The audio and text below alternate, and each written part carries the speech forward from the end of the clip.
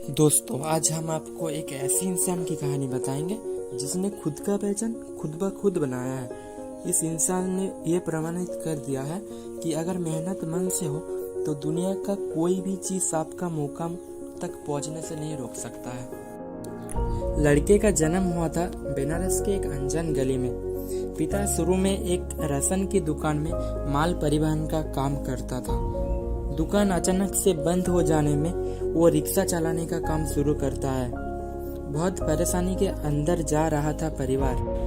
लड़का बचपन में एक दिन खेलने का समय उसका एक अमीर दोस्त के साथ उसके घर में चला जाता है। फिर जब उसका दोस्त का पापा को पता चलता है कि उसका बेटे ने एक रिक्शा चलाने का बेटे को घर पे लाया है, तब उसका पापा लड़के को लगभग गर्दन धकल के घर के बाहर निकाल देता है। मासूम लड़के के पास उस दिन बदल गया पूरा दुनिया। उसने महसूस किया कि समाज में सम्मान पाने के लिए कुछ करना पड़ता है। फिर दीदियों की विवाह करवाने के लिए लड़के का पिता उनका संपत्ति का 3 जमीन में से 2 जमीन बेच देता है। माँ का भी मौत हो जाता है अचानक से। दूसरी तरफ अधिक काम के चलते पिता भी सुनने का ताकत खो बैठता है। एक छोटी सी घर में उनका सिर्फ एक ही कमरा था।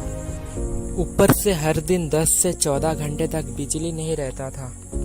घर के आसपास बहुत सारा छोटा छोटा दुकान और फैक्ट्री था, जिसका शब्द उसका कान को अस्वस्थ कर देता था। फिर भी उसने हार नहीं माना। घर का खिड़की और दरवाजा बंद करके बैठ जाता था किताब के सामने। पापा को डर डर के लड़के ने बोला था कि वो भविष्य में आईएएस ऑफिसर बनना चाहता है।